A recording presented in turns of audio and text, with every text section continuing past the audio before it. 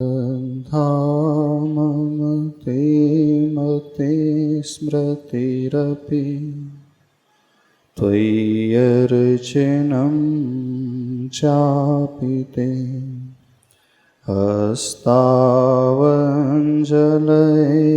कथाश्रुतिरतः कर्णोक्षिसम्प्रेक्ष्यते सस्तत्यां व्यसनं शिरोनतिपरं सेवे दृशीयेन ते तेजस्वी सुजनोऽहमेव सुकृते तेनैव तेजः पते तेनैव तेजः पते। बोले देवादिदेव अतिशयकारी श्री चिंतामणि पार्श्वनाथ भगवान की। गुरुणाम गुरु आचार्य भगवान श्री ज्ञान सागर जी महाराज की। संत श्रोमणी आचार्य भगवान गुरुदेव श्री विद्यासागर जी महाराज की।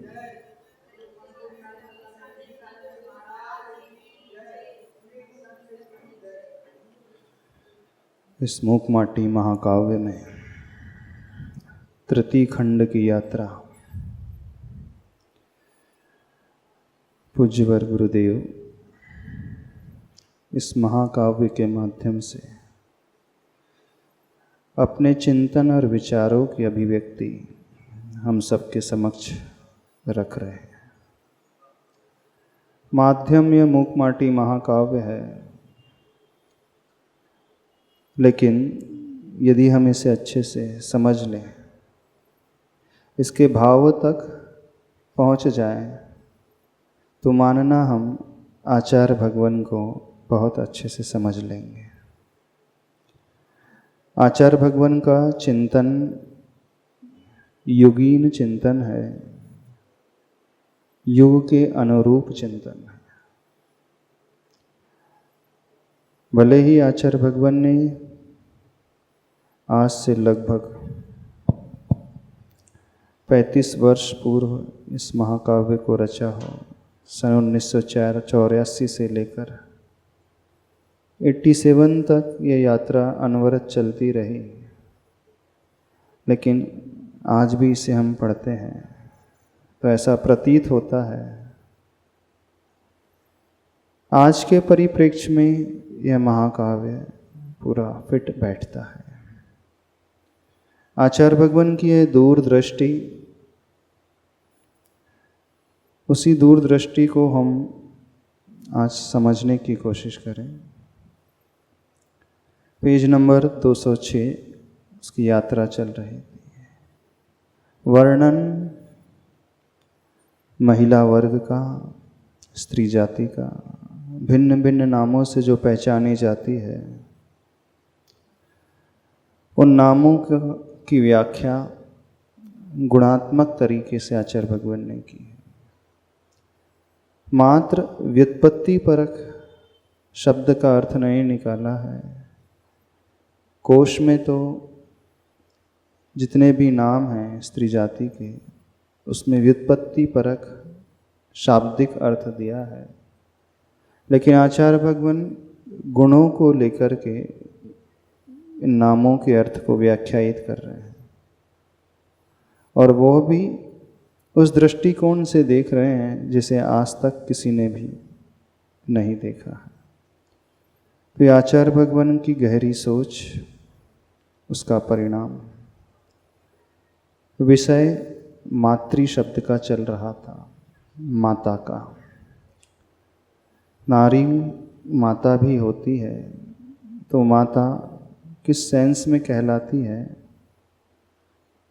उसी का वर्णन इस पेज नंबर 206 में चल रहा था। अंतिम पैरा, मातृ तत्व की अनुपलब्धि में ज्ञेय ज्ञायक संबंध ठप हो जाता है। ऐसी स्थिति में तुम ही बताओ, सुख शांति मुक्ति वह किसे मिलेगी, क्यों मिलेगी, किस विध। इसीलिए इस जीवन में उसी माता का मान सम्मान हो, उसी का जयगान हो सदा धन्य। यह विषय। मातृ शब्द प्रमात्री प्रमाता के अर्थ में आता है, यानी ज्ञाता के अर्थ में आता है, जानने वाला। यदि मातृ तत्व ना हो, जानने वाला इस संसार में कोई ना हो, अथवा दूसरा अर्थ, मातृ तत्व से माँ का जो भाव है, माँ की जो भावना होती है, तत्व शब्द हमें भावों की ओर लेकर के जाने वाला होता है। यानी माँ की ममता ना हो, दो सेंस में इसके अर्थ चल रहे हैं। एक तो माँ की ममता की ओर इंगित किया जा रहा है, माँ का वो यदि वात्सल्य ना हो तो संसार में कुछ भी नहीं ठहरेगा।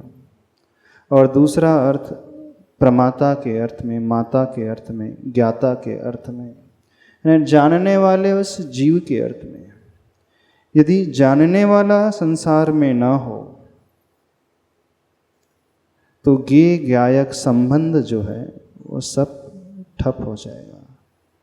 ज्ञेय ज्ञायक एक संबंध होता है। तीन लोक के ज्ञानी सर्वज्ञ अरिहंत प्रभु जो हैं, उनके भीतर अनंत ज्ञान है। और जब ज्ञान होता है तो उस ज्ञान के माध्यम से जानने योग्य वस्तु जानी जाती है। और जानने वाला वह व्यक्ति ही ना हो, वह आत्मा ही ना हो, तो इस संसार में ज्ञेय ज्ञायक संबंध ही ठप हो जाएगा, नष्ट हो जाएगा।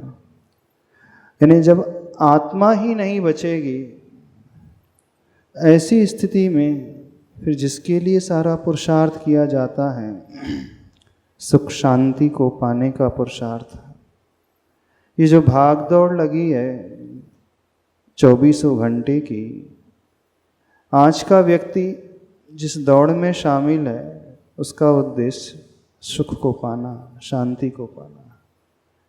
और मरण हो जाने के बाद यदि ज्ञाता का ही अस्तित्व समाप्त हो जाए, आत्मा का ही अस्तित्व समाप्त हो जाए, तो सुख की अथवा वह शांति की जो हम बात कर रहे हैं उसे पाने वाला कौन होगा? कुछ भी नहीं ठहरेगा। सारी व्यवस्था जो है अस्त व्यस्त हो जाएगी। सारा पुरुषार्थ जो है वर्थलेस हो जाएगा, उसकी कोई कीमत नहीं रहेगी। सारा तप, सारी साधना जो होती है उस सुख को पाने की साधना के लिए होती है। संसारिक व्यक्ति भी जो कार्य करता है, मेहनत करता है, अर्थ पुरुषार्थ करता है, आपका भी उद्देश्य सुख और शांति पाना ही है, होना चाहिए। वैसे होता नहीं है, ये बात अलग है। दौड़ जो चालू है किस लिए चालू है? सवेरे से शाम तक हर व्यक्ति यहाँ पे दौड़ रहा है। दौड़ते दौड़ते दम तोड़ता है आदमी। कहाँ एक कविता है, जन्म से लेकर मरण तक दौड़ता है आदमी, दौड़ते दौड़ते दम तोड़ता है आदमी। हरिवंश राय बच्चन की बड़ी फेमस कविता है। सुबह पलना, शाम अर्थी और दोपहर खटिया, 3 लकड़ी 4 दिन में जोड़ता है आदमी। 1 लंगोटी 2 गज जमीन, 3 रोटी जिंदगी में तोड़ता है आदमी। सुबह आँख गीली होंठ नम, 3 मौसम एक साथ ओढ़ता है आदमी। है यहाँ विश्वास कितना आदमी का मौत पर, कि मौत के खातिर सब कुछ छोड़ता है आदमी। बड़ी प्रसिद्ध कविता है। जन्म से लेकर मरण तक दौड़ता है आदमी, शुरू से लेकर अंत तक एक भाग में दौड़ में लगा है। लेकिन दौड़ करके वो क्या पाता है, किस उद्देश्य को लेकर के दौड़ता है, शायद उसे पता है नहीं। ऐसे कहने में यही आता है कि सबका उद्देश्य सुख शांति है, अच्छा जीवन है, लेकिन यह मंजिल, यह उद्देश्य ही गायब है। तो एक पुरुषार्थ संसारी व्यक्ति का होता है, अर्थ पुरुषार्थ, उसका उद्देश्य शारीरिक सुख शांति है, मानसिक शांति, इससे ज़्यादा नहीं है। लेकिन एक पुरुषार्थ होता है मोक्ष पुरुषार्थ, उसका भी उद्देश्य सुख को पाना है, लेकिन वह उद्देश्य शाश्वत सुख का है। एक मेहनत आप लोगों की होती है जिंदगी भर की, 60 वर्ष तक खूब मेहनत करते हैं, और जब मेहनत करने के पश्चात जो अर्जन करते हो उसका भोग का समय आता है, तब तक शक्तिहीन हो जाता है व्यक्ति। उसके भीतर इतनी शक्ति ही नहीं बचती है, अथवा शक्ति होती भी है तो आयु उसकी पूर्ण हो जाती है। यानी पूरी आयु पर्यंत वो मेहनत करता है, लेकिन उसके फल का उपभोग नहीं कर पाता। एक आप लोगों की मेहनत है और एक साधुओं की भी मेहनत होती है, उनका भी पुरुषार्थ है। मेहनत में दोनों की कोई कमी नहीं रहती, पुरुषार्थ में कोई कमी भी नहीं रहती। जी जान लगा करके आप लोग भी पुरुषार्थ करते हैं, और जी जान लगा करके साधक लोग भी पुरुषार्थ करते हैं, लेकिन लक्ष्य दोनों के भिन्न भिन्न हैं। आप लोग जिस लक्ष्य को लेकर के चलते हैं वो क्षणिक है, ये मूर्खता वाला लक्ष्य माना जाता है। नहीं, ये मूर्खता वाला, जितना पुरुषार्थ किया जा रहा है उसकी तुलना में जो पाया जाता है, जितने समय के लिए पाया जाता है, मिलता है, उसकी कोई कीमत ही नहीं। और उतना ही पुरुषार्थ यदि व्यक्ति मोक्ष मार्ग में कर ले, तपस्या के मार्ग में कर ले, तो वह यहाँ जो पाएगा वह शाश्वत होगा, अनंत काल के लिए होगा। तो कौन सा पुरुषार्थ ज़्यादा अच्छा हुआ? क्योंकि श्रावक का जीवन भी विकल्पों से, टेंशन से भरा रहता है, कठिनाइयों से भरा होता है, शारीरिक श्रम से, मानसिक श्रम से भरा रहता है। वो कभी चैन की नींद सो नहीं पाता।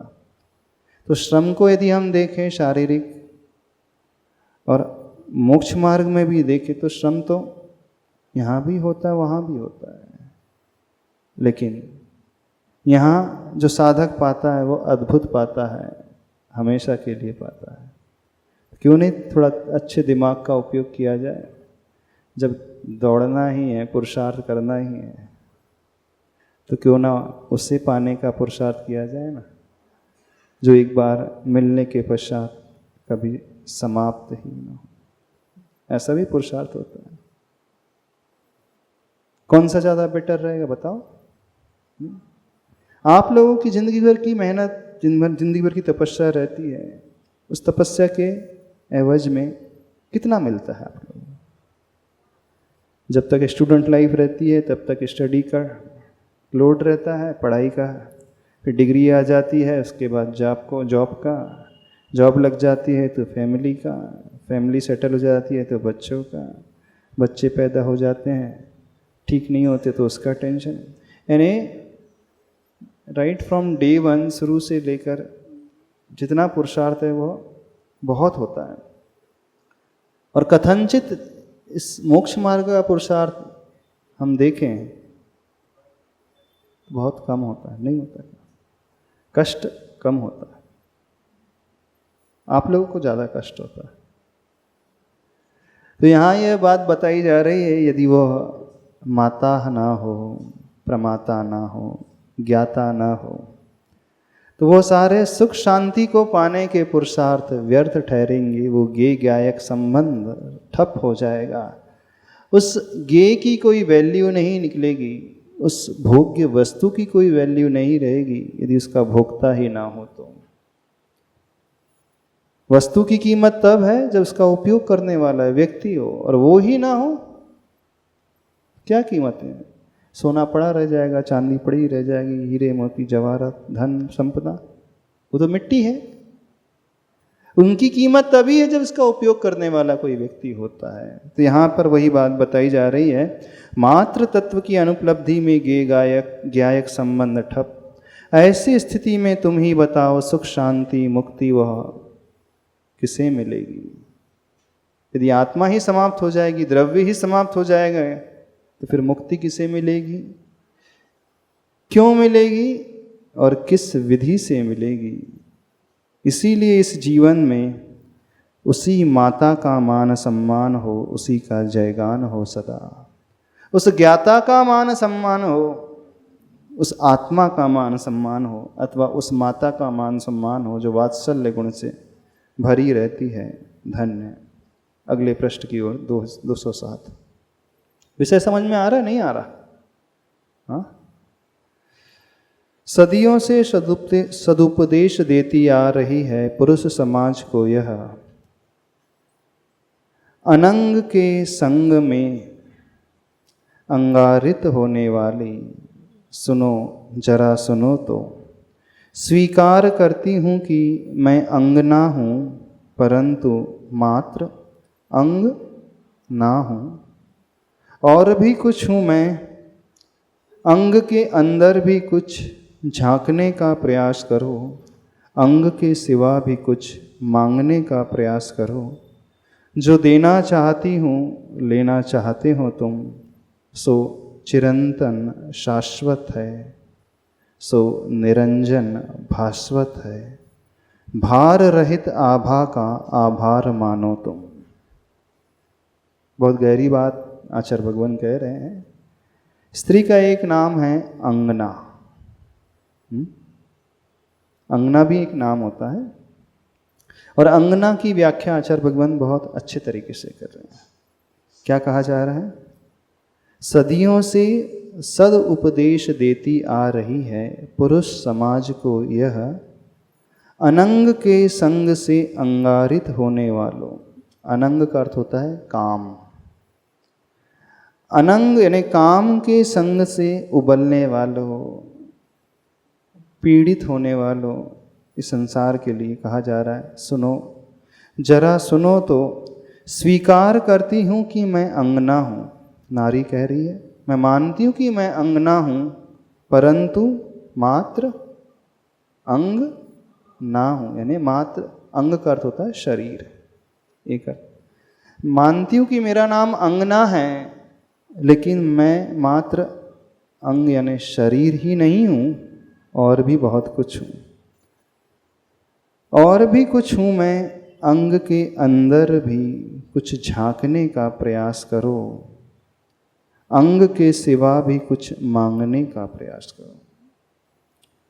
शरीर के अंदर रहने वाले जो तत्व है, शरीरी जिसे कहा जाता है, यानी आत्मा। अंग के भीतर रहने वाला जो तत्व है आत्म तत्व, उसकी ओर भी देखने का पुरुषार्थ करो, प्रयास करो, उसकी ओर झांकने की भी तो कोशिश किया करो कभी। लेकिन संसारी व्यक्ति की यात्रा सिर्फ शरीर तक रहती है, शरीरी तक नहीं रहती है। अंग तक रहती है, अंगी तक नहीं रहती है। शरीर को चलाने वाला शरीरी होता है, आत्म तत्व होता है। तो दुनिया सिर्फ उसे देखती है जो दिखता है, लेकिन जो योगी होते हैं उसे देखने की कोशिश करते हैं जो अदृश्य होता है। शरीर दृश्यमान है, आंखों का विषय बनता है, और शरीरी अदृश्य है। और जो दृश्यमान वस्तु में अदृश्य को खोज लेता है, बहुत गहरा अध्यात्म इसमें छिपा हुआ है। जो दृश्यमान वस्तु में अदृश्य को खोज लेता है, सही दृष्टि उसकी होती है। समझ में आ रहा हम क्या कह रहे हैं? हाँ? हमें अंग दिख रहा है, लेकिन अंग के भीतर जो छिपा हुआ है वो कौन सी आंखों से दिखेगा? वो श्रद्धा की आंखों से दिखेगा, वो भीतर की आंखों से दिखेगा। और विश्वास हो तो दिखेगा, विश्वास नहीं है तो बिल्कुल नहीं दिखेगा। हाँ, मानो तो गंगा, नहीं हो तो बहता पानी। अधिकांश लोगों को विश्वास नहीं है कि सबकी दृष्टि सिर्फ अंग तक ही रहती है। और जब हमारी दृष्टि अंग यानी पर्याय तक रहेगी, तब तब भीतर हमेशा विकल्प होंगे।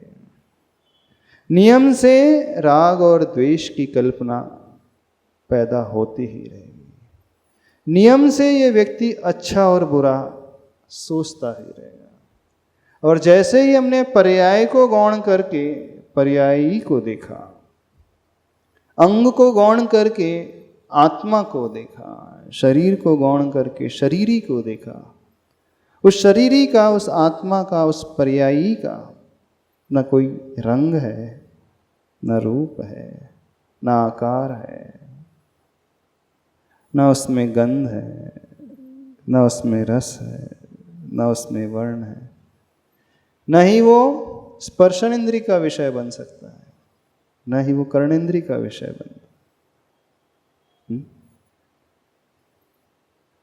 सारा का सारा उथल पुथल जो होता है पर्याय में हो रहा है, बाहरी दृश्यमान जगत में हो रहा है। तो जब जब हमारी दृष्टि शरीर तक रहेगी, तब तब व्यक्ति किससे भरेगा? या तो राग के भाव से भर उठता है, अथवा घृणा के भाव से, द्वेष के भाव से भर उठता है। या तो वो कुछ चाहने लगता है, अथवा डिस्ट्रैक्ट हो जाता है, उससे दूर हटने की कोशिश करता है, यानी वो अपने में नहीं रहता है। और सारा संसार जो है सिर्फ अंग को देख करके चल रहा है, इसके अलावा वो देखता ही नहीं, सोचता भी नहीं कि कुछ इसके भीतर भी है। तो यहाँ पर वो अंगना कह रही है कि मैं मात्र अंग नहीं हूँ, क्योंकि यदि दृष्टि में अंग आएगा तो वह वासना कहलाती है, और दृष्टि में यदि अंग के भीतर जो छिपा है वह उपासना कहलाती है, वह आराधना कहलाती है। वहाँ पर वात्सल्य है, वहाँ पर भेदभाव सब समाप्त हो जाते हैं। और दृष्टि में पर्याय है तो वहीं पर भेदभाव, अच्छे बुरे की कल्पना व्यक्ति के भीतर हमेशा होते हैं। तो जो रागी होता है उसे सिर्फ अंग नजर आएगा, जो वैरागी होता है वह अंगी को देखेगा, अंग के भीतर छिपे हुए तत्व को देखने की कोशिश करे। लेकिन बहुत दुर्लभ है ऐसी दृष्टि लाना, बहुत बहुत दुर्लभ। अच्छे अच्छे ज्ञानी भी नहीं देख पाते, जो समझते हैं, जानते हैं, वह भी इस पैनी दृष्टि को नहीं लेकर के आ पाते हैं। तो ऐसी दृष्टि को लाने के लिए तीव्र वैराग्य चाहिए, अन्यथा वह संभव नहीं है। तो आचार्य भगवान एक शिक्षा उपदेश दे रहे हैं सबके लिए, संसार के लिए, कि अंग के अंदर भी कुछ झांकने का प्रयास करो और अंग के सिवा भी कुछ मांगने का प्रयास करो। आत्मा को भी तो चाहो कभी। कितने लोग आत्मा को चाहते हैं? और आत्मा ना कभी स्त्री रूप होती है ना पुरुष रूप होती है। आत्मा ना मनुष्य रूप होती है ना पशु रूप होती है। आत्मा ना उस चार पैर वाले जीव रूप होती है, ना वो तीन इंद्रिय वाली रूप होती है, चाहे वो चींटी की हो, मच्छर की हो, गाय की हो, बकरी की हो, पुरुष की हो, स्त्री की हो। उसमें कोई भेद नहीं होता, भेद सिर्फ पर्याय में है। माइक से बोलना। हाँ, भेद सिर्फ पर्याय में है। अब ऐसी दृष्टि लाना बहुत ऊंची चीज है। कई बार हमें लगता है आचार्य भगवान ने इतना गहरा लिखा है, ये सब संसारी लोगों के लायक है भी नहीं। ऐसी है ना, इतना गहरा अध्यात्म आचार्य भगवान ने परोसा है। नमस्ते महाराज। हाँ, जब तक जानेंगे ही नहीं कि आत्मा है क्या, तो उससे लगाव पैदा होना तो बहुत दूर है। जानेंगे नहीं, आत्मा ज्ञान का विषय कभी नहीं बन सकती। आत्मा हमेशा श्रद्धा का विषय बनेगी, विश्वास का विषय बनेगी। तो पहले विश्वास को हम करना सीखें। जो इस शरीर को चला रहा है। अच्छा, कौन है जो हमारी आंखों के भीतर से झांकता है? कभी ये सोचने की कोशिश की है ना? कौन है जो आप सब इस शब्दों को सुनता है? कौन है जो उस स्वाद को ग्रहण करता है? कौन है जो छूता है? कौन है जो सुनता है? कौन है जो कुछ निर्णय कर रहा है, कुछ प्रेरित करता है हमें चलने के लिए? अच्छा, आपको आँख खोलने के लिए कौन कह रहा है? कभी सोचा आपने कैसी खुल जाती हैं आंखें? मुस्कुराने के लिए कौन कहता है आपको? अपने आप मुस्कुराहट आ जाती है? नहीं। तो कभी यह भी सोचना, कुछ तो ऐसा है जो हमें प्रेरित करता है इन आँख को खोल करके हम देख ले संसार को। कुछ तो ऐसा अवश्य है जो प्रेरित करता है कि सुन ले उन शब्दों को, चख लें उस वस्तु को, सूंघ लें, छू लें, महसूस कर लें। कौन है? कभी सोचा आपने? नहीं सोचा। कोई तो होगा ऐसा जो इन आंखों के माध्यम से संसार को देख रहा है, निहार रहा है। क्योंकि आंखें तो देखती नहीं, देखती है, आंखों के माध्यम से देखा जाता है, लेकिन देखने वाला कौन है? साइंस तो कहती है महाराज जी दिमाग देखता है, दिमाग देखता है, ब्रेन नहीं। लेकिन मन कहता है कि हृदय करता है। हाँ, मन कहता है हृदय, ना हमारा दिमाग देखता है ना हमारा हृदय देखता है। ये तो सब इंस्ट्रूमेंट हैं। हाँ, चलाने वाला कुछ और है, कोई और है, और वो है आत्मा तत्व जो निर्णय करता है, जो फील करता है, अनुभव करता है, जो सोचता है, जो बोलता है, जो सुनता है, जो हंसता है, जो रोता है, जो गाता है। हाँ? बिल्कुल। कभी हम उस देखने वाले को भी देखने की कोशिश करो ना, जो हमारे भीतर से झांक करके देख रहा है। कभी उसे देखने की कोशिश की हमने? हाँ? कभी उसे सुनने की कोशिश की जो इन कानों के माध्यम से सुन रहा है? थोड़ी गहरी बात कर रहे हैं। कभी हमने उसे चखने की कोशिश की है जो बहुत स्वाद लेता है व्यंजनों का? कभी हमने उसे सूंघने की कोशिश की है जो इस नासा के माध्यम से सुगंधी दुर्गंधी को सूंघता है? कभी उसे जानने की कोशिश की है जो सारी दुनिया को जानता है? तो one should know the knower, see the seer, look at the looker, watch the watcher, feel the feeler होना चाहिए। क्या कह रहे हैं हम? समझ में आ रहा है? नहीं आ रहा? कि सिर के ऊपर के जा रही है सब बातें? हाँ, समझ में आ रहा है? काश कभी ऐसी भी भावना पैदा करो। आखिर इतने जिंदगी के वर्ष निकल गए, ये प्रश्न ही नहीं उठता कि हमारी आंखों से कौन झांक रहा है। और एक समय आता है आंखें रह जाती हैं, झांकने वाला चला जाता है, देखने वाला चला जाता है, शरीर पूरा एज इट इज बना रहता है, इंद्रियां एज इट इज बाहरी द्रव्य इंद्रियां बनी हैं, लेकिन वो कोई कार्य की नहीं। अब उसमें से कुछ भी कार्य घटित नहीं होता, वो दिखता है। तो ऐसा प्रश्न नहीं उठता है आखिर क्या था इस शरीर के भीतर, इस शरीर के अंदर, जो सब कुछ चल रहा था, चला रहा था, कर रहा था? तो आचार्य भगवान कह रहे हैं इस अंगना के माध्यम से कि मैं मात्र अंग नहीं हूँ, कुछ और भी हूँ, उसे देखने का प्रयास करो। हाँ, क्या कह रहे हैं? साइंस भी कहती है महाराज जी, और प्रैक्टिकल भी किए गए हैं कि there is some source of energy inside which is, हाँ, there is some source of energy inside. After the death कभी बॉडी को हाँ, साइंस उसे सोर्स ऑफ एनर्जी मानती है, एनर्जी ऊर्जा का नाम दे लेती है। और प्रैक्टिकल भी करके देखा कि कोई मरणासन व्यक्ति को किसी कांच के केज में रखा गया, हाँ, और जब उसके प्राण निकले तो क्रैक आया। क्रैक आया, अच्छा, और वेट रिड्यूस हो गया 21 ग्राम। तो ये डिसाइड हुआ कि आत्मा का वजन जो होता है 21 ग्राम होता है, ऐसे कंक्लूजन निकला। ऐसा आर्टिकल हमने भी पढ़ा था। हाँ, किसे देखना है? अच्छा, आत्म तत्व को देखे कैसे? दिखेगा बिल्कुल नहीं, हम भी कह रहे हैं। क्योंकि दिखेगा तो वो जो जड़ होता है, जिसमें स्पर्श रस गंध वर्ण होता है, वो दिखता है, उसे छुआ जा सकता है, उसे सूंघा जा सकता है, उसे देखा जा सकता है। और जिसमें स्पर्श नहीं है, रस नहीं है, गंध नहीं है, वर्ण नहीं है, वो हमारे चक्षु इंद्री का, अन्य इंद्री का विषय बन ही नहीं सकता। अच्छा, जिसने प्रश्न किया, कौन प्रश्न कर रहा था अभी?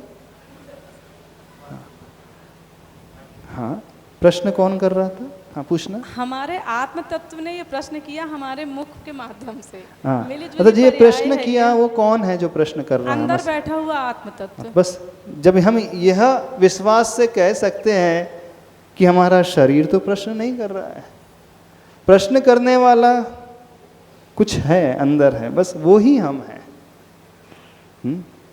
इसके अलावा हाँ और कुछ नहीं है। एक बहुत अच्छा भजन लिखा ना महाराज जी ने, मैं हूँ वो नहीं जो तुम्हें दिख रहा हूँ, मैं हूँ जो नज़र से परे ही रहा हूँ। बड़े अच्छे बोल हैं, बड़े अच्छे भाव हैं।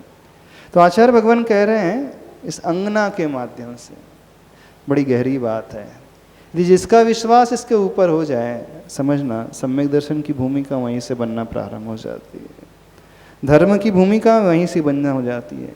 एक विचित्रता की बात हम कर रहे हैं, आप लोग भगवान पर विश्वास कर लेते हो, भगवान को मान लेते हो, आप लोग शास्त्र को मान लेते हो, आप लोग गुरु को भी मान लेते हो। क्या कभी आपने यह भी विश्वास किया कि हमारी भी आत्मा है?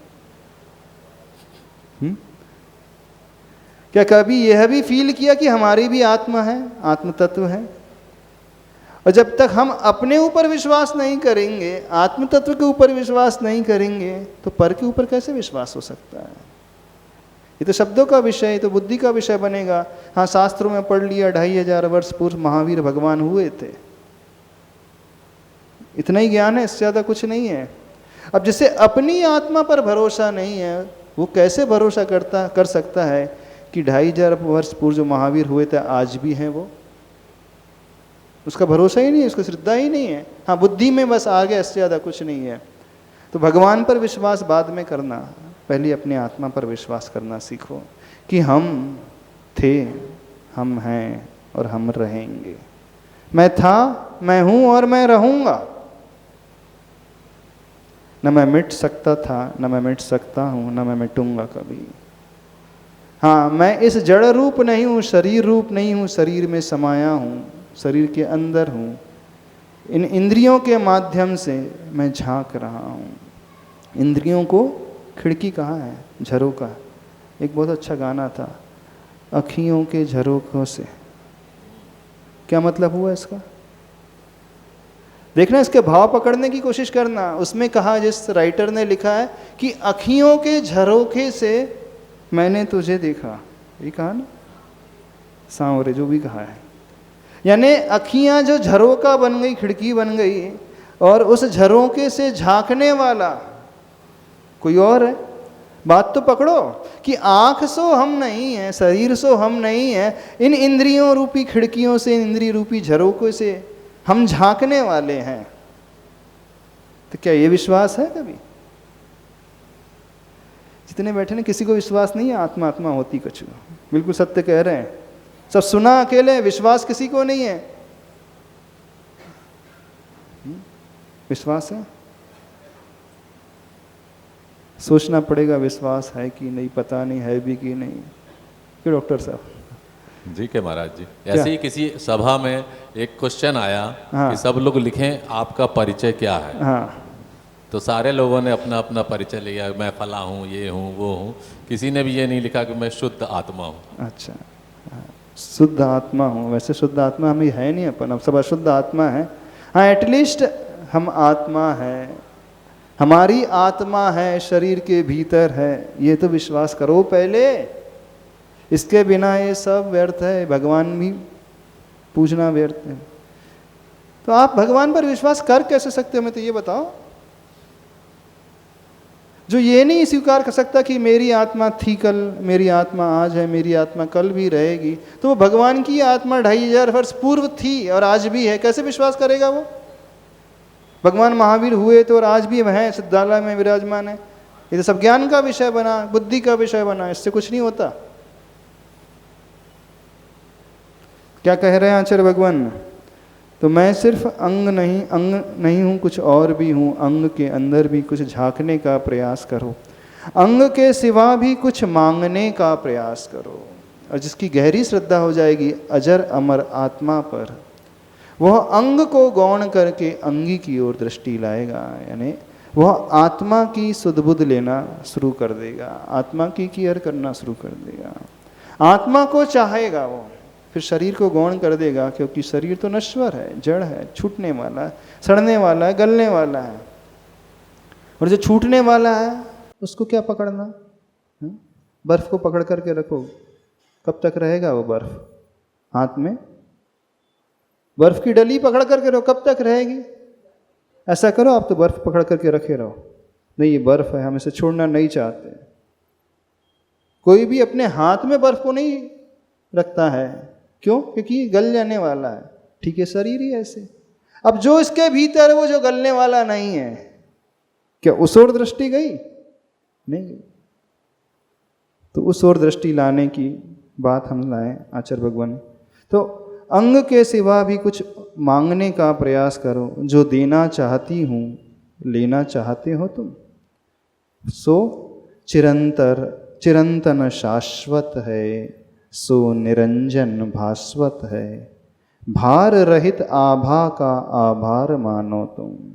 यानी वह आत्म तत्व चिरंतन शाश्वत है, यानी हमेशा रहने वाला है। वह निरंजन अंजन से मल से रहित भास्वत है, यानी प्रकाशमान है। भार रहित, उसका कोई भार नहीं, कोई वजन नहीं, क्योंकि भार तो जड़ का होता है। भार रहित आभा का आभार मानो तुम, उसको थैंक्स कहो। यहाँ तक अंगना का विषय, या यूँ कहें यहाँ तक स्त्री का, नारी का वर्णन अब पूरा हो गया। याद है क्यों ये सब वर्णन चल रहा है? किसको समझाने के लिए चल रहा है? कि सब भूल गए? तो उस विषय को खोल देते हैं। जो 3 बदलियाँ की आई थी, समुद्र से उठ कर के आई थी, क्यों आई थी? उस कुंभकार के परिसर में बरसने के लिए, उस धरती के वैभव को पुनः लूटने के लिए, जो समुद्र का साथ दे रही थी। अब प्रभाकर ने उसे बहुत अच्छे से समझाया। ये उपदेश कौन दे रहा था? सूर्य उपदेश दे रहा था। वैसे उपदेश तो आचार्य भगवान दे रहे हैं, पर इस मूर्ख माटी महाकाव्य में सूर्य के माध्यम से आचार्य भगवान कहलवा रहे हैं। तो जब इतना उपदेश हो गया तो उन बदलियों पर क्या प्रभाव पड़ा? क्योंकि बदलियां स्त्री जाति की थी ना, और स्त्री जाति की होकर के वह ऐसा क्रूर व्यवहार कर रही हैं, छल का व्यवहार करने को तत्पर हो गई हैं। तो सूर्य से रहा नहीं गया और उसने बहुत अच्छे से उपदेश दिया। तब इसके बाद क्या अंतर पड़ा उनके जीवन पर, उनके स्वभाव पर? तो आगे बता रहे हैं। प्रभाकर का प्रवचन वह हृदय में जा छू गया, छू मंतर हो गया भाव का वैपरीत्य। वाद विवाद की बात भुला दी गई, चंद पलों के बाद ही संवाद की बात भी भुला दी गई। बाहर के अनुरूप बदलाहट भीतर भी, तीनों बदली ये बदली। प्रभाकर का, सूर्य का प्रवचन वो हृदय में जा पहुंचा। आप लोगों के हृदय में आया कि नहीं आया? नहीं आया, किसी के हृदय में नहीं आया। हाँ, उन बदलियों के हृदय में तो आ गया है, लेकिन आप लोगों के हृदय में तो नहीं आया। आचार्य भगवान कितनी मेहनत कर रहे हैं, फिर भी कोई असर ही नहीं पड़ता। सब चिकने खड़े हैं, उल्टे खड़े हैं, कोई फर्क नहीं पड़ता। कितना भी दो, कितना भी सुनाओ, रहेंगे वो कोरे के कह रहे हैं। सब बहा देते हैं, छोड़ देते हैं, अपने पास कुछ रखते ही नहीं। रखते हैं कोई? अंदर जाता है कुछ? अब अंदर तो तब जाएगा जब सीधा खड़ा होगा, उल्टा खड़ा होगा तो कहाँ से जाएगा? हाँ, उल्टे खड़े में कहीं भी प्रवेश नहीं कर सकता है। प्रवेश करने के लिए घड़ा सीधा चाहिए, कुंभ सीधा चाहिए, तो वो भीतर प्रवेश करेगा। तो प्रभाकर का प्रवचन वह हृदय में जा छुआ, छू मंतर हो गया भाव का वैपरीत्य। जो उन बदलियों के मन में दुर्भाव था, कष्ट देने का भाव था, बरसने का भाव था, बदला लेने का भाव था, वो गायब हो गया। छू मंत्र। वाद विवाद की बात भुला दी गई। क्या वाद विवाद करना? चंद पलों के बाद ही संवाद की बात भी सुला दी गई।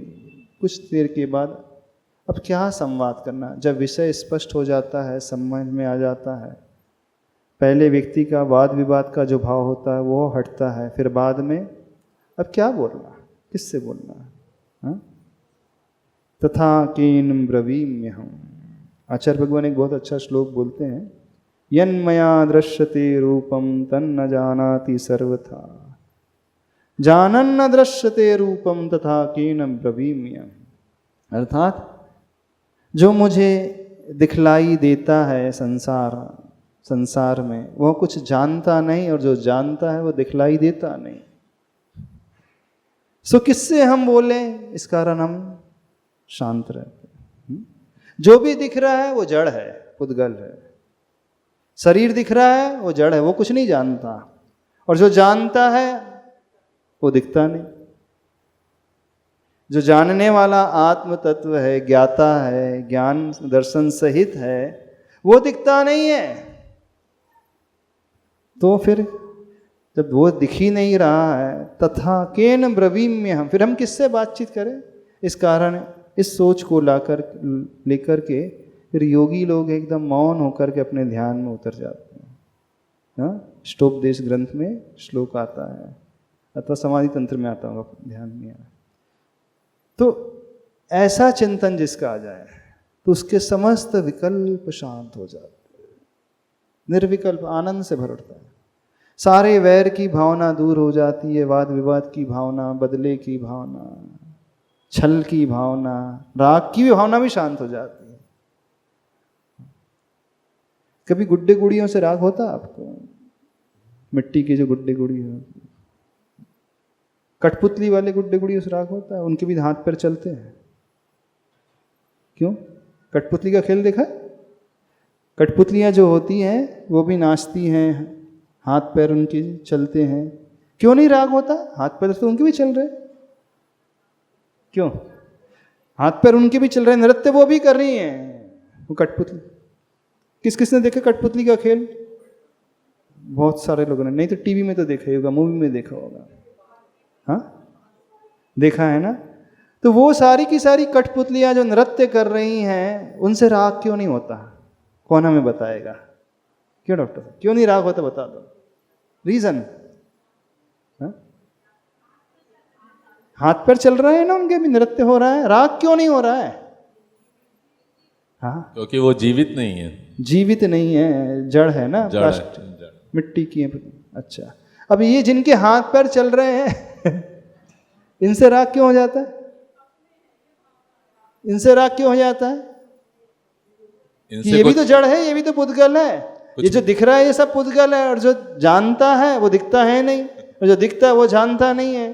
तो जो योगी लोग होते फिर तथा केन ब्रवीम्यहम्, किससे बात करें ना किससे राग करें, छोड़ो छाड़ो सब दुनिया में। बिल्कुल ये सूत्र है, अध्यात्म का सूत्र है, आचार्य पूज्य पाद समझने के। तो आचार्य भगवान इस श्लोक को हमेशा दोहराते हैं, गुरुदेव का बहुत प्रिय श्लोक है ये। प्रत्येक सामायिक के पश्चात, सामायिक के पहले इस श्लोक का वो चिंतन करते हैं। जब जब भीतर विकल्प पैदा होने लगे, चलो हम योगियों की बात नहीं कर रहे, साधुओं की बात नहीं कर रहे, सामान्य श्रावकों की बात कर रहे हैं। जब जब मन में ऐसे विकल्प के भाव, राग द्वेष के भाव, कषाय के भाव पैदा होने लगे, ईर्ष्या के भाव पैदा होने लगे, छल के भाव पैदा होने लगे, तो बहुत अच्छा ये सूत्र है व्यक्ति को निर्विकल्प बनाने का। यानी उसकी सारी कषाय की परिणति अपने आप शांत हो जाती है, वो एकदम निर्विकल्प हो जाता है। तो यही बात है, वाद विवाद की बात भुला दी गई, और चंद पलों के बाद ही संवाद की बात भी सुला दी गई। फिर किससे संवाद करना, किससे मिलना, किससे राग, किससे दो? निर्विकल्प आनंद में अपने में रहता है व्यक्ति। समझ में आ रहा है? ने जीवन में आनंद को उत्पन्न करने का स्रोत कैसे होता है? कैसे प्राप्त होता है, विकल्पों को शांत करने का तरीका, निर्विकल्प होने का तरीका, इसी के माध्यम से होता है। और इसी बलबूते पर कठिन से कठिन उपसर्ग भी वे ऋषि मुनि झेल जाते हैं।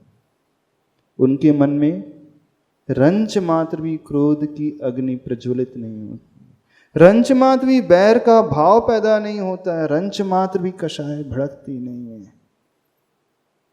क्यों नहीं? इस कठपुतली को जैसे आप देख करके प्रभावित नहीं होते ना, इसलिए नहीं होते क्योंकि जड़ है। बस योगी जो होते हैं, ऋषि मुनि, चलते फिरते शरीर को देख करके भी इसलिए प्रभावित नहीं होते क्योंकि वो जानते हैं जो चल फिर रहा है वह भी जड़ है, वो जानता तो कुछ है नहीं। और जो जानने वाला है वो चलता नहीं है, फिरता नहीं है, बोल नहीं सकता, फिर हम किससे बोलें? कितनी गहरा अध्यात्म छिपा है, समझ में आ रहा है? नहीं समझ में आ रहा कि आप लोगों को अपने घर गृहस्थी की बातें हम सुनाएं, वही अच्छी लगेंगी शायद। ऐसा अध्यात्म की बात तो अच्छी लगती है, हाँ सुनने में तो अच्छी लगती है महाराज जी, सुनने में तो बहुत अच्छी लगती है, लेकिन इम्प्लीमेंट करने में अरे वो तो हमारे बस की तो है ही नहीं। ये तो आचार्य भगवान की बस की बात है, उन लोगों की बस की बात है, अपने काम की तो है ही नहीं। ऐसे ही नहीं, हाँ सुनने में तो बहुत प्रिय लगता है, रुचिकर लगता है, लेकिन इम्प्लीमेंट जब करना हो तो किस उतारना हो तो नहीं। हृदय में कोई नहीं उतारता, हृदय से उतारने वाले सब बैठे है ना। जीवन में कोई नहीं उतारता, जीवन से उतारने वाले सब बैठे हैं।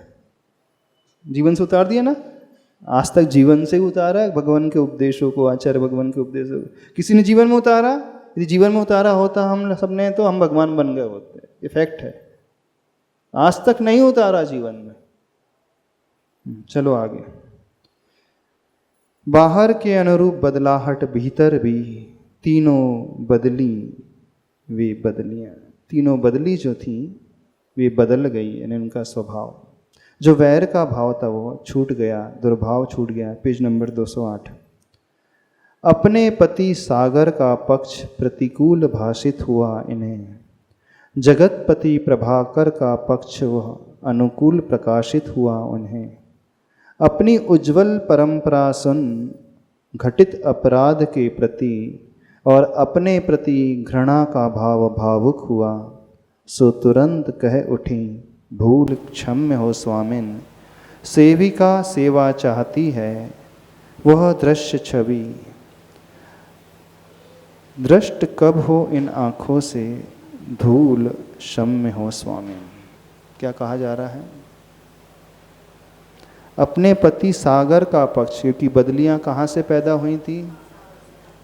सागर के जल से ही तो भाष्प बन के, भाप बन करके उड़ी थी और आसमान में बदलियों के रूप में परिवर्तित हो गई। तो बदलियों के पति कौन है? बदलियों का पति सागर। तो अपने पति सागर का पक्ष, कौन सा पक्ष था सागर का? धरती माँ से बदला लेना, धरती माँ के वैभव को पुनः लूटना, पुनः कष्ट देना बरस करके। तो उस पति का पक्ष प्रतिकूल भाषित हुआ इन्हें, जगतपति प्रभाकर का पक्ष अनुकूल प्रकाशित हुआ इन्हें। जगतपति संसार का पति माना जाता है सूर्य, चूंकि वह संसार को प्रकाशित करता है, प्रकाश प्रदान करता है, वह स्वामी की भांति। तो वह पक्ष अनुकूल प्रकाशित हुआ इन्हें। अपनी उज्जवल परंपरा सुन घटित अपराध के प्रति। कौन सी उज्जवल परंपरा उन्होंने सुनी? जो पिछले पृष्ठों में वर्णन किया गया है, नारी का, स्त्री का, दुहिता का, अंगना का, और कितने सारे नाम आए थे, महिला का, जितने सारे नाम, सुता का। तो वह उज्जवल पक्ष जब उन्होंने स्त्री जाति, महिला जाति का सुना तो क्या हुआ? घटित अपराध के प्रति और अपने प्रति घृणा का भाव भावुक हुआ। जो भाव पैदा कर रहे थे उस पर उन्हें पश्चाताप हुआ और स्वयं से वह घृणा करने लगे, अरे ये तो ठीक नहीं किया हमने। जैसे व्यक्ति प्रतिक्रमण करते हैं ना, तस्य मिच्छामि दुक्कडम, अब ये मेरा अपराध जो है मिथ्या होवे, अंतो अंतो डज्जमी, अंदर ही अंदर वो जलता है पश्चाताप की अग्नि में। ये मुझसे ठीक व्यवहार नहीं हुआ। जब व्यक्ति कन्फेस करता है, अपने अपराध को स्वीकार करता है, अपनी गलती को स्वीकार करता है, क्या बोलता है? सॉरी बोलते हैं ना आप लोग। सॉरी का क्या अर्थ होता है? माफी मांगने के लिए। क्या होता है सॉरी का अर्थ? क्षमा करना। क्यों बोलता है व्यक्ति सॉरी? यानी अंदर वो रियलाइज करता है, पहले महसूस करता है ठीक नहीं किया मैंने, और जब तक ये एहसास भीतर से ना हो तो सॉरी का कोई मीनिंग, मतलब ही नहीं निकलता। और जिससे एहसास भीतर से हो जाता है अपना अपराध बोध का, उसका सॉरी, उसका कन्फेशन करना सही माना जाता है। तो उन बदलियों को भी अपनी भूल का एहसास हो गया, तो अपने प्रति घृणा का भावुक हुआ, सो तुरंत कह उठी, भूल क्षम्य हो स्वामिन। हे स्वामी, हमारी भूल को क्षमा करें। सेविका सेवा चाहती हैं, हम तो आपकी सेविका हैं, सेवा का लाभ हमें दें। वह दृश्य छवि दृष्ट कब हो इन आँखों से, धूल क्षम्य हो स्वामिन। वह दृश्य, वह छवि, जो उत्कृष्ट छवि है, इन आँखों से कब देखने को मिले। और वह जो अज्ञान की धूल थी, अंधकार की धूल थी, कषाय और मोह की धूल थी, वह शमित हो जाए, ने दब जाए। शम्य मतलब दबना, शमित हो जाना, बैठ जाना, शांत हो जाना, शम्य हो सकता। आगे, अपरिचित आहार रहा जो, अपरिमित आधार रहा जो, आनंद तत्व का स्रोत मूल गम्य हो स्वामिन। कार्य क्या अकार्य क्या, क्षीर नीर विवेक जागृत हुआ। सेव्य की सेविका बनी, समता की आँखों से लखने वाली। जिनकी लीला तन की, मन की और वचन प्रणाली, मृदुता मुदिता शीला बनी। समझ में आया जो कहा गया? हाँ, जो पढ़ा अभी, अर्थ समझ में आया? नहीं समझ में आया? कठिन सा लग रहा? क्या कठिनाई आ रही? बहुत सरल अर्थ है। अपरिचित आहार रहा जो, अपरिमित आधार रहा जो, आनंद तत्व का स्रोत मूल गम्य हो स्वामी। यानी जो हमारे भीतर आनंद को, खुशी को, प्रसन्नता को पैदा करता है, वह मूल की जानकारी हमें लगे तो सही कि हमारे भीतर वो आनंद पैदा होता किस प्रकार से है। आज तक इसका परिचय हमें नहीं रहा, अपरिचित आहार रहा, हमने जो भी खाया पिया सब अपरिचित रहा। अपरिमित आधार, जिसकी कोई सीमा नहीं है, वो आधार रहा। आज तक हमें ये ज्ञान ही नहीं हुआ है कि आनंद कहाँ से पैदा होता। आप लोगों को पता है आपको सुख कहाँ से मिलता? 1 करोड़ रुपया से सुख मिलता होगा, है ना? नहीं मिलता। लग्जरी कार से सुख मिलता होगा, क्यों? एक मोबाइल से सहन, हाँ वो बोल रहे हैं डॉक्टर। अच्छे अच्छे गहनों से सुख मिलता होगा, और अच्छी अच्छी साड़ियों से सुख मिलता है, अच्छे अच्छे बैंक बैलेंस से, प्रॉपर्टी से सुख मिलता है। नहीं, खाने से तो सुख मिलता है हमारा। आइसक्रीम खाने से सुख मिलता है कि नहीं मिलता? मिलता है ना? नहीं मिलता। स्वीट खाने से, आइसक्रीम खाने से मिलता है। देखो सबको, सब बोल रहे हैं सुख मिलता है। हाँ, मिलता है कि नहीं? किसी को खाने से सुख है, किसी को पीने से है, किसी को पैसे जोड़ने से है, किसी को गहने पहनने से है, किसी को साड़ी पहनने से है, किसी को प्रॉपर्टी खरीदने से है, किसी को रूप दिखाने से है, किसी को क्रोध करने से है, किसी को शराब पीने से है, किसी को नशा करने से है, किसी को चाय पीने से है। सब जितने हमने गिनाए बाहर देख रहे हैं, वस्तुओं में ढूंढ रहे हैं, पर वो सुख है? सुख बाहर नहीं, सुख भीतर से पैदा होता है। हाँ, सामग्री भले ही बाहर से मिल सकती है, लेकिन पैदा तो भीतर से होता है। यानी मूल स्रोत जो है, जो ओरिजिनेशन जहाँ से होता है, ओरिजिनेट जो होता है, वो बाहर से नहीं होता है। इनिशिएशन कहाँ से होगा? भीतर से, अपने भीतर से पैदा होगा। आज तक का सबसे बड़ा भ्रम यह है सबका कि सुख हमें वस्तुओं में, सुख हमें व्यक्तियों में, सुख हमें संसाधनों में, सुख हमें धन वैभव के माध्यम से मिलता है, उसी में मिलता है। नहीं, वो सिर्फ एक माध्यम बनते हैं, लेकिन सुख भले ही सुखाभास जिसे कहा जाता है, वो पैदा भी भीतर से ही होता है। पहले इस बात को समझे तो बाहर नहीं, पैदा तो भीतर से ही होगा। अब वो सुखाभास क्यों? क्योंकि नष्ट हो जाता है, छूट जाता है। तो अभी तक मूल गम्य ही नहीं हुआ हमें। किसका मूल? वो आनंद तत्व का स्रोत, वो सोर्स जो होता है, वो पता ही नहीं कहाँ से हुआ होता है। कार्य क्या अकार्य क्या, क्षीर नीर विवेक जागृत। यानी करने योग्य कार्य कौन से होते हैं, अकार्य यानी छोड़ने योग्य कार्य कौन से होते हैं, आज ही पता चला। क्षीर नीर विवेक जागृत हुआ। क्षीर नीर विवेक मतलब होता है भेद विज्ञान। जैसे हंसा होता है ना, हंस, उसकी चोंच में एक फैसिलिटी होती है, दूध तो वो पी लेती है और पानी छोड़ देता है। एक फिल्टर लगा रहता है उसकी चोंच में।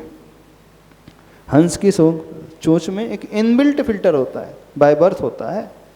वो दूध को तो पी लेंगी, लेकिन पानी को छोड़ देती है। इसे बोलते हैं, दूध का अर्थ होता है क्षीर और नीर का अर्थ होता है जल। तो जो पीने योग्य है, तत्व वाली वस्तु है, ग्रहण करने योग्य है, हंस उसे तो ग्रहण कर लेता है, और जो वेस्टेज है, फालतू, ऐसे छोड़ देता है। तो ये कहलाता है क्षीर नीर विवेक यानी भेद विज्ञान। तो क्या हमें करना है, क्या हमें पाना है, इसका ज्ञान जिसे हो जाता है, और क्या छोड़ना है, क्या त्यागना है, ये जो जान लेता है, वह क्षीर नीर विवेक वाला माना जाता है, वह भेद विज्ञान वाला माना जाता है। तो क्षीर नीर विवेक जागृत हुआ, सेव्य की सेविका बनी। यानी जो जिसकी हम सेवा करना चाहते हैं, वह सेव्य कहलाता है, अथवा सेवन करने योग्य वस्तु सेव्य कहलाता है। सेव्य की सेविका बनी, समता की आँखों से लखने वाली, जिनकी लीला तन की, मन की और वचन प्रणाली, मृदुता मुदिता शीला बनी। ने जब वह समता का भाव भीतर पैदा हो गया, तो मन, वचन और तन तीनों कैसे हो गए? मृदु स्वभाव वाले हो गए। अंदर जो तीव्रता थी कषाय की, वह शांत हो गई। तो यहाँ कहा मृदुता। शीला का अर्थ होता है स्वभाव। मुदिता यानी प्रसन्न स्वभाव वाली वो हो गई। अब तो समझ में आ गया? नहीं कि अभी भी नहीं समझ में आया? क्यों नहीं समझ में आता है आप लोगों को? है पढ़ करके? हाँ, माइक से बोलना। थोड़ा सा सोचेंगे तो अर्थ निकल जाता है। इतना कठिन नहीं है जैसा हमने मान करके रखा ना, बहुत डिफिकल्ट है, ऐसा नहीं है। थोड़ा सा सोचोगे तो आगे। नमोस्तु महाराज। हाँ। जी, जब बाहर के कांटे तो निकाल लिए जाते, हाँ, अंदर के कांटे कैसे निकाले? और जब तक अंदर का कांटा नहीं निकलेगा तो सुखाभास कैसे हो? अंदर का कांटा जैसे अंदर बिठाया था वैसे निकाल लो। नहीं निकाल। अंदर जैसे प्रवेश कराया था वैसे फेंक दो। Very simple. अंदर घुस कैसे गया वो? ग्रहण क्यों कर दिया लिया हमने? अंदर के कांटे तभी निकलते हैं जब व्यक्ति यह चिंतन करता है, इससे मुझे हानि है कि लाभ है। अच्छा, आप पथरीली भूमि में क्यों नहीं चलते? कंकड़ वाली भूमि में क्यों नहीं चलते? गड्ढे वाली सड़क में जाना क्यों नहीं पसंद करते?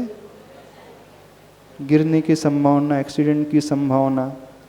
यानी जिसे ये ज्ञात हो जाता है कि यहाँ कष्ट ही कष्ट मिलने वाले हैं, तो उस रास्ते को छोड़ देते हो कि नहीं? छोड़ देते हो ना? तो जब हम ये समझ पाएंगे, यदि हम अंदर कांटे पाल करके रखेंगे तो उससे हमें दुखी के अलावा और कुछ मिलना ही नहीं है, कष्ट के अलावा कुछ मिलना ही नहीं है, तो फिर क्यों हम पालन पोषण करें? छोड़ो, उन विकल्पों को छोड़ो। आज तक जीवन में इतने वर्षों से विकल्प किया का टेंशन के अलावा, तनाव के अलावा, दुख के अलावा कुछ मिला ही नहीं है, तो फिर क्यों ना इस रास्ते को अपना करके देखा जाए, छोड़ करके। क्यों ना इस रास्ते को अपनाया जाए? छोड़ करके देखो तो सही, क्योंकि जिस रास्ते पर अभी तक चले हैं वहाँ सिवाय दुख, परेशानी, विकल्प के अलावा कुछ नहीं मिला। तो इसका अर्थ सीधा सा था कि अभी हमारा रास्ता गलत था। अब जिसे ये पता चल जाता है वो छोड़ देता है। वही छोड़ पाएगा जिसका विश्वास होगा, वही छोड़ पाएगा जो सुख चाहता होगा भीतर से। अब चाहते ही नहीं है तो क्या करें? तो आप कहोगे महाराज जी कहना आसान होता है लेकिन वो छूटता ही नहीं है। क्या कहोगे तुरंत? हमें पता है वो कहना तो बहुत आसान होता है लेकिन वो विकल्प छूटते ही नहीं है ना। उसने जबरदस्ती थोप दिया आपके ऊपर, जबरदस्ती लाद दिया आपके ऊपर। हम क्यों ओढ़ करके चल रहे हैं? जब हमें ये पता चल जाता है गंदगी फेंकने योग्य होती है तो क्यों उसे स्टॉक करके रखा जाता है? जब ये पता है कि कचरे को जमा करने से सिवाय प्रदूषण के, सिवाय बीमारी के कुछ पैदा नहीं होगा, तो क्यों नहीं अपने मन की डस्टबिन को खाली कर देते? कर दो ना, क्यों नहीं खाली कर देते? जब इसमें मालूम है प्रदूषण ही होगा, दुखी मिलेंगे, कष्ट मिलेंगे, छोड़ो। क्योंकि रास्ता तो यही है, बिना छोड़े संभव नहीं है। चाहे आज छोड़ो, चाहे अगले भाव में छोड़ो, चाहे करोड़ों भाव के बाद छोड़ो, छोड़ना तो पड़ेगा ही। बेहतर यही है जो कार्य भविष्य में करना है क्यों ना जीते जागते अभी कर लिया जाए। हाँ, बेहतर इसी में है। चलो, तो मृदुता मुदिता शीला बनी। समय हो गया, बस छोड़ रहे हैं। दान कर्म में लीना, दया धर्म प्रवीणा, वीणा विनीता सी बनी, राग रंग त्यागिनी, विराग संग भाविनी, सरला तरला मराली सी बनी। इस पेज को पूरा कर दे, 208 को पूरा कर दे। दान कर्म में लीन, दया धर्म में प्रवीण, वह विनीत वीणा सी बनी जिससे मधुर स्वर निकलता है हमेशा, विनम्र स्वभाव वाली। कौन? वो बदलियाँ, यानी क्या परिवर्तन उन बदलियों में आ गया? तीनों बदलियों में ये बताया जा रहा है कि दान कर्म में जैसे अच्छा व्यक्ति लीन हो जाता है वैसे ही वो बदली हो गई हैं, दया धर्म में एक्सपर्ट हो गई हैं और एकदम विनीत स्वभाव वाली हो गई। अच्छा एग्जाम है आपकी। हाँ, राग रंग त्यागिनी, विराग संग भाविनी, तरला सरला मुराली, मराली सी बनी यानी हंसी सी बनी। मराली का अर्थ होता है हंसी, वो क्षीर नेर विवेक वाली। समय आपका हो गया, पेपर है ना आपका, इतना ही रखते आ गया। चलो, ध्यान तो नहीं करना। 2 मिनट के लिए एक बहुत अच्छे भाव हमको बहुत प्रिय है।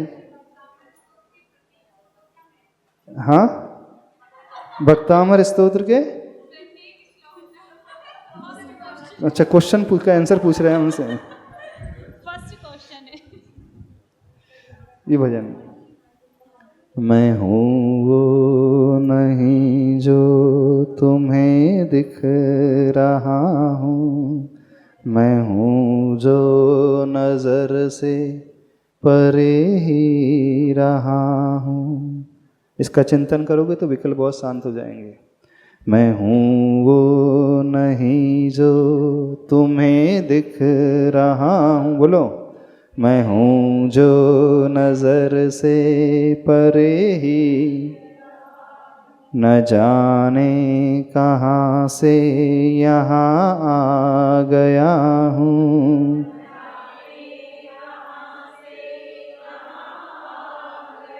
मैं चेतन हूँ तन में समाया गया हूँ।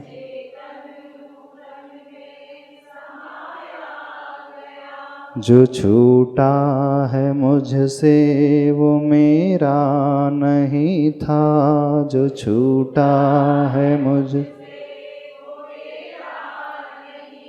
मैं बंधन से मुक्ति को अब पा रहा हूँ।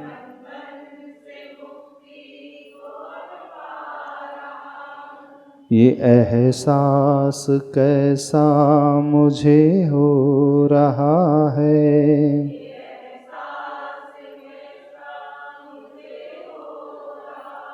जो मुझको ही केवल नजर आ रहा है, जुदा है जो मुझसे जुदा ही रहेगा, जुदा है जो मुझसे। मैं अपने को अपने में ही पा रहा हूँ, मैं हूँ वो नहीं जो तुम्हें दिख रहा हूँ, मैं हूँ जो नज़र से परे हाँ। बोले देवादिदेव श्री आदिनाथ भगवान की।